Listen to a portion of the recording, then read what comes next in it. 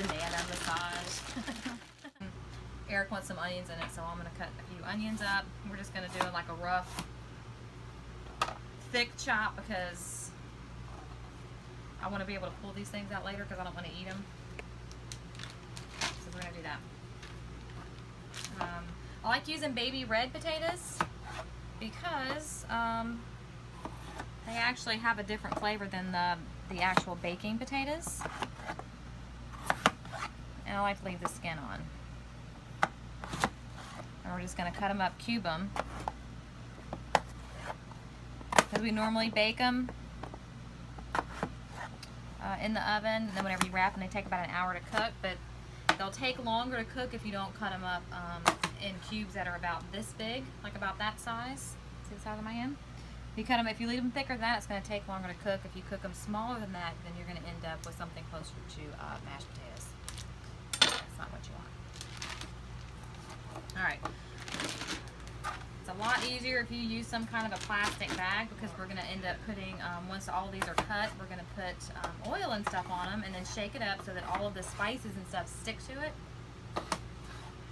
But it's easier to shake it if you have it in the bag first as opposed to putting it all in a pan and then trying to stir it up and then do it. So this way you can just like put it in and be like, shake it, shake it.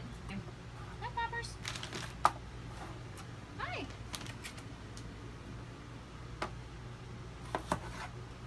So, this is one of my kids' favorite things. They like potatoes. We like to cook these a lot. Get in here, you gonna help me? This is Eric's favorite thing. It's also his parents' favorite thing because Grampy loves a potato. You give Grampy a potato, he'll eat that for like a whole week. Like that's all he'll eat is potatoes. So we cut them up. Like once we then have it in the bag, olive oil. Generous amount of olive oil so that it coats everything and nothing sticks together.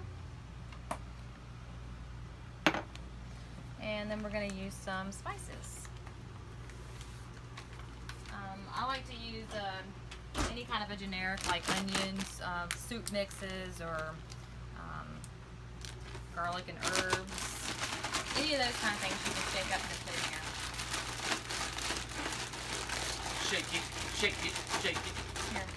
He likes to shake it.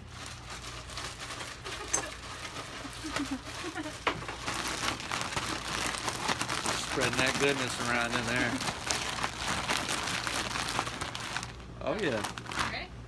Okay, I'm gonna put pepper. Just dump it all in. This is what the salt looks like. It's just Himalayan. It's just the little pink salt, like little rock salt. It's like little flavor blast. I don't think we're supposed to be. She's like, Laurie, I'm gonna make your potatoes. Like, how the hell did you make those potatoes last time, people? What do you? I'm going to the grocery store. What do I need? Do this super massage.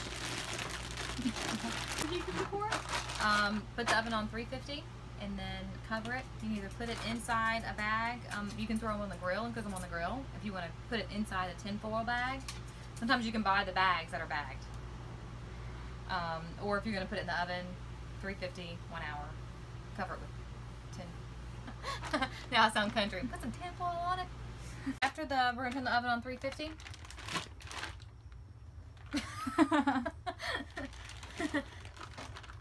It's slippery. Alright, grease the pan really well so the potatoes don't actually stick to it. Of course, if you get it on your fingers, then it's going to slip into the pan. So, alright. You want to make sure it's kind of like in a really nice even layer. Okay, see how you can put actually, if you want to put different vegetables in here, you can put carrots, you can put some other heavier vegetables. You can actually put a little bit of broccoli if you want to, but broccoli will actually start to disintegrate if you put it in there too long because it's going to be in here for an hour because of the potatoes. So carrots, it's usually a pretty thick amount. Okay. Parsley is always really good. I like to put a little bit of parsley on the top. It's got plenty of salt already. I don't want to put too much salt in it as it's cooking because you can always cook that a little bit later to taste once you get it out. You can't, I don't want to over salt it. You can't really take that back. So actually, if you put this in your hand, this is basil. A lot of times if you're going to get dried herbs and stuff, they're not as powerful smelling if you buy them fresh. See, they're just going to be dry. So what you do in order to wake them up is that you actually rub them together in your hands like this. Now smell. There you go. So that smells good. Now it actually smells like basil as opposed to fresh cut grass. Alright, so we're going to make sure and put tin foil over it, aluminum foil, because this way it creates that steam, so it helps cook them a little bit longer. And a lot of times if you don't move them and just let it sit for about an hour, then it'll have that nice crispy bottom that we like to have in the bottom of the pan, where it has that real savory thing, and then like the nice, like a char on the bottom makes it crispy. So that will help create that. And then we're just gonna put it in the oven for 1 hour. So that's how you time things, Caitlin.